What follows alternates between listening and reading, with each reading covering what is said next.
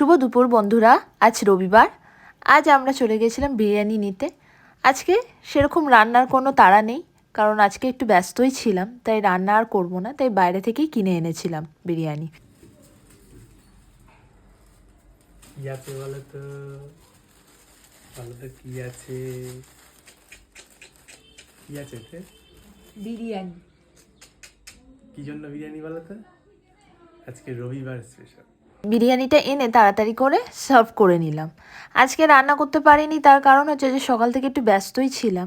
সারাদিন পড়িয়েছি সকাল থেকে, কারণ কি সবারই এক্সাম আছে, তাই জন্যই। আর আমার বর বললো আজকে আর তোমাকে রান্না করতে হবে না, ছুটি, আজকে বাইরে থেকে কিনে আনবো। আর এই যে ছোট ছোট মুহূর্তগুলো না, এই যে একে অপরকে বোঝা, যে একজনের কষ্ট হলে আর একজন যে হেল্প করা, কোঅপারেটিভ করা, এই ব্যাপারগুলো না বড্ড একটা সম্পর্কে থাকা খুব দরকার আমার মনে হয়।